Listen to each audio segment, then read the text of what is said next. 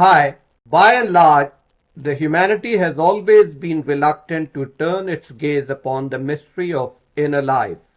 Instead, we have been eager to reach out to the distant planets and to survey the outer world of matter and motion. That's why astronomy was the first science to receive attention, whereas psychology and now genetics are the latest. Humanity's knowledge has progressed from the external to the internal. Apart from satisfying our curiosity about the nature of things, our favorite pursuit has been evaluating the world in line with our likes and dislikes and characterizing the changes we notice as beneficent or malevolent. This approach has led us to conclude that our world is an inevitable collection of happenings dictated by the iron law of necessity, and that, therefore, there is some aspects of life which human can never control. After searching deeply, many of us are convinced that this is, in any case, the best of all possible worlds. They thus accept it for what it is worth and try to adjust themselves to it. For example, Karl Marx, after becoming convinced of the futility of understanding the world, advanced to coordinate human effort to change it, as if one could ever hope to change the world without understanding it. On the extreme end of this spectrum are those, like the poet Robert Browning, who hold that God's in his heaven and all is right with the world, thus stressing that human doesn't need worry about a situation that's so very beneficent in its own right. Both Marx and Browning have a point, but their views entail some dangerous implications. I think the fundamental truth about human life is its responsibility to history. However, one can only be held responsible for what happens if one possesses the capacity to alter the course of history, isn't it? It's this endless quest of sapiens to realize our ideal that sets us apart from all other forms of life. Therefore, it's important to place man in the heart of the responsibility to the world. All designs to dethrone man in the name of religion or something else must be resisted. Unless we take our rightful place and put together all the conflicting forces within us, it's difficult to expect to engineer any significant change in our world. We mostly see only the world to which our being responds. Thus, our perception of the world is a projection of our own being with our hopes and fears writ large on its canvas. The world reveals its significance to us only to the extent to which we are inwardly prepared to receive it. As we move from one level to another, the world around us also alters its appearance. For example, when we are young and vibrant, the world appears lifeless. As we age with the decline of the life forces in us, the world begins to strike us as more active and alive. Similarly, same setting or object appears different to us based on the state of mind we are in, right? As Plato expressed, it's not the eye that sees, it's the eye that sees. Ghazali, a mystic of the 11th century, explained that not only our perception but also our knowledge is a function of our being.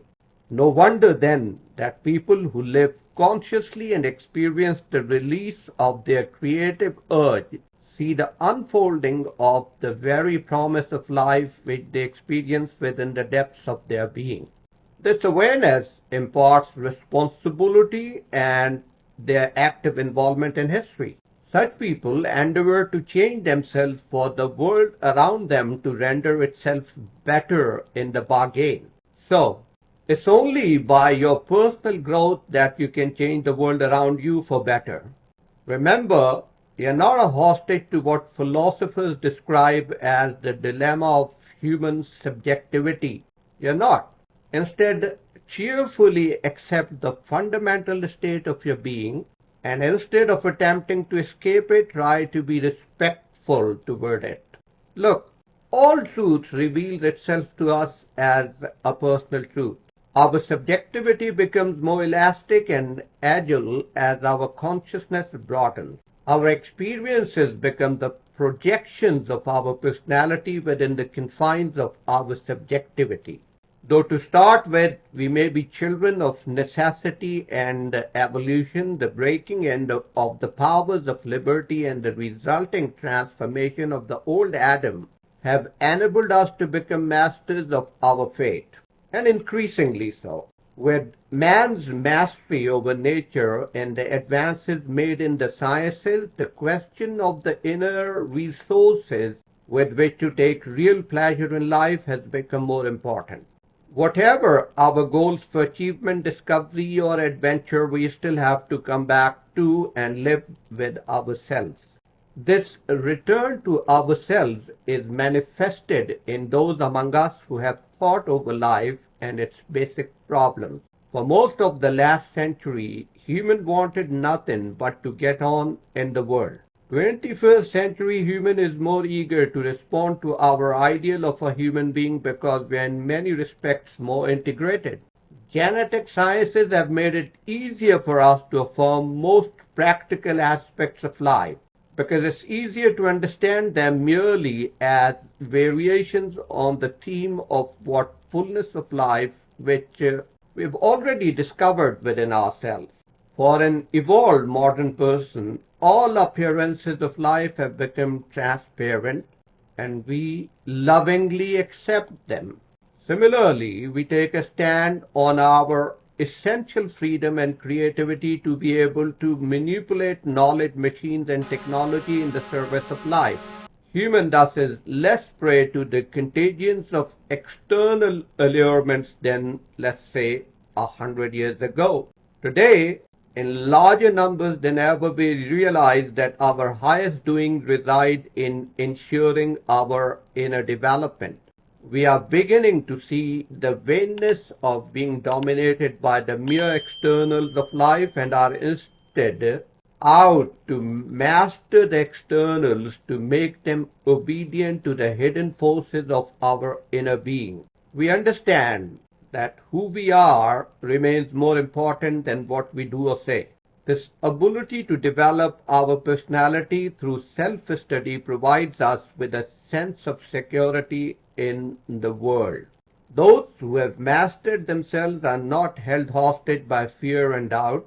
They know that the vicissitudes of worldly fortunes can lash against the outer tassels of their being, but can't shake the inner life that they have built. So, regarded from the outside, there's little difference between the life of an ape and of an Einstein, for example, because there's little differentiation in their external activity. What distinguishes them is the inner dimension of their being. One is a life unconsciously propelled by mechanical instincts, and the other is living cosmically in affording a transparent medium of life education to influence the world with his intellect and work. This reminds us to avoid blind devotion to the gospel of success unless we have clearly defined our own meaning of success in keeping with our own inner being. Such success is self-realization. Time has repeatedly shown that those who fly in the face of the world to the point of finding themselves flung on the cross become decisive figures in world history. A Socrates or a Galileo succeed beyond the wildest imagination of their times. Human is ever more coming to realize that what we attempt to retain, we lose. And only what we give away becomes something that can never be taken away from us. Today, with scientific knowledge discovering the nature of reality, we are able to better relate to our own place in the scheme of things. Our age is growing to be ever more an age of introspection. We are today more anxious to know ourselves. We know that the path to world dominance lies through self-knowledge.